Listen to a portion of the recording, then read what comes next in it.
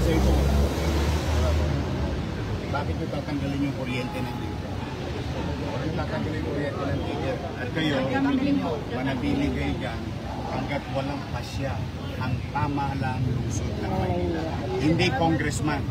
Bakit? Property yan ng Maynila. Hindi yan property ng Kongreso. Kaya sinasabi, kaya nagkakagulo gobyerno. Ang hilig-hilig makailam ng congressman. Hindi po nag-abiso. Una-una, pwede namin silang kasuhan ng TEP. Bakit? Yung building dyan, yung bahay, property ng Maynila yun. Ano nga nasabi ninyo? Wala na po. Na-14 Sino na yun. nagpakilo? Ayun. Yan dapat ang iniimbestigahan ni Chua. Lahat po kumpis kayo nyo. Walang permisi at property doon na sila. Penalize sila itong mga gamit sila. Ano, hindi na ako matutulog? Wala na talagang gobyerno. Kanya-kanya.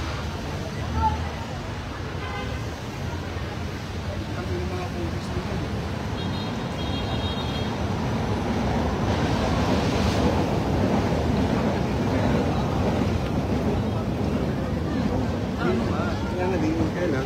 Alright mga kababayan, breaking news muna tayo at wag nyo munang skip itong video na ito. At ito nga po yung nangyaring inspection kanina ni Mayor Isko dito po sa Alvarez Street, corner Avenida Rizal, Barangay 334, Zone 33. Ito po ay sakop po ni 3rd District Congressman Joel Chua. No?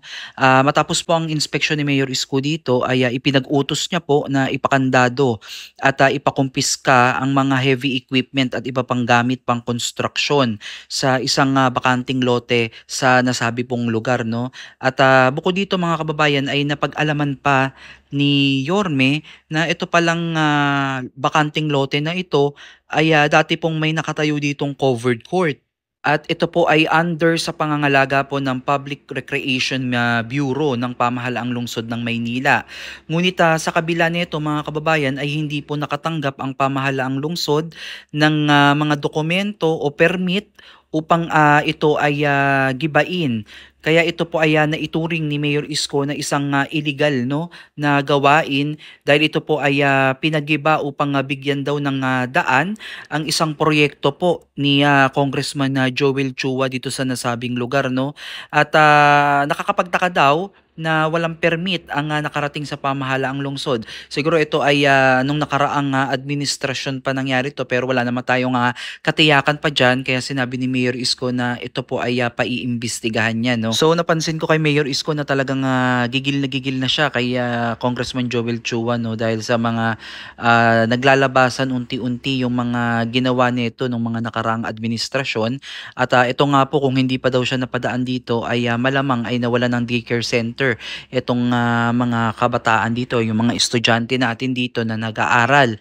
No? Kaya ito naman yung mga residente dito ay dumaing kay Mayor Isko at siya naman po ay nagbigay ng mensahe niya dito sa mga kababayan natin dito na wala silang ibang pakikinggan kundi ang pamahalaang lungsod ng Maynila dahil nga po parang puputulan ata sila o tatanggalan sila ng supply ng kuryente. So, nirest assure po ni Mayor Isko na hindi mangyayari yan at pinag-stay pa po sila dyan hanggat wala pa pong basbas ng pamahalaang lungsod ng Maynila.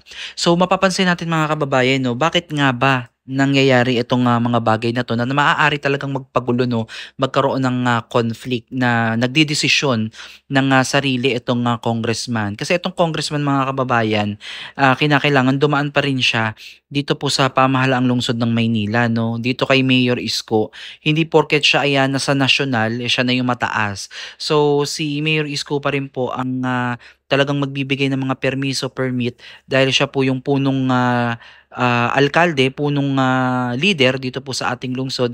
Kaya dapat lahat po ng ginagawa dito sa lungsod ng Maynila ay dumadaan po dito po kay Mayor Isko at sa pamahalang lungsod ng Maynila. So hindi porke ikaw ay congressman ay bahala ka na kung saan ka magpapatayo ng iyong proyekto o kahit na labag sa batas sa konstitusyon ay talagang gagawin mo pa rin dahil nga ikaw ay nasa kapangyarihan. Kagaya po ng mga barangay hall na ipinatayo po sa mga bangketa. So hindi po pwede yan.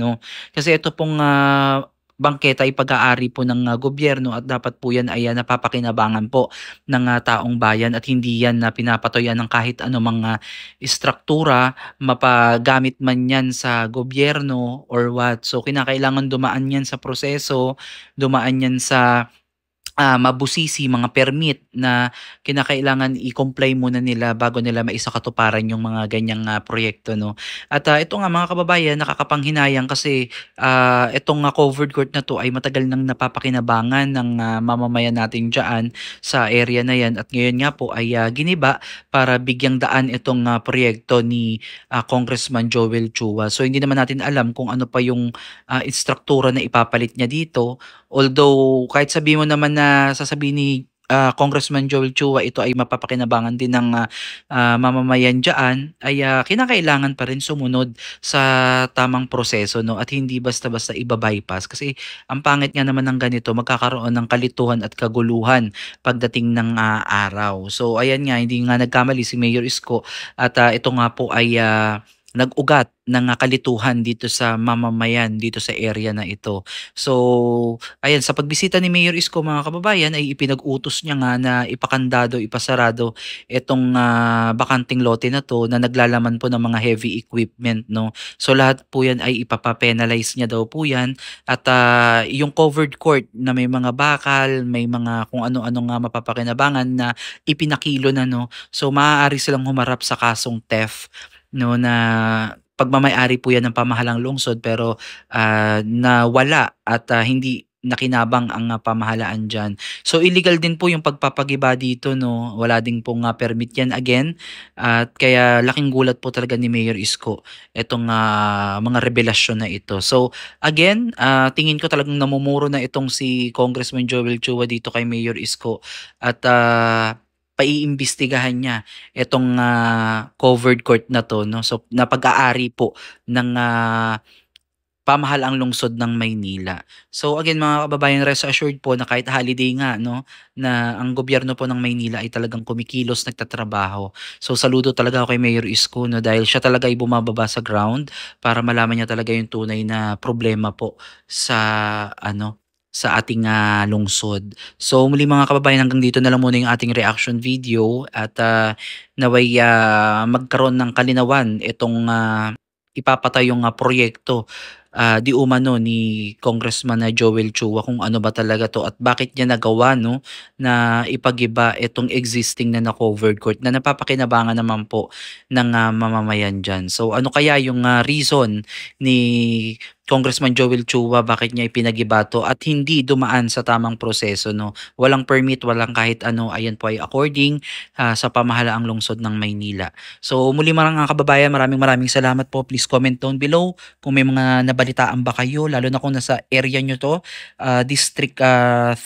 So comment down below mga kababayan kung ano yung nalalaman nyo dyan. I-share nyo yan sa ating comment section at ating talakayan yan sa susunod nating update. Muli maraming salamat at God bless po sa inyong lahat.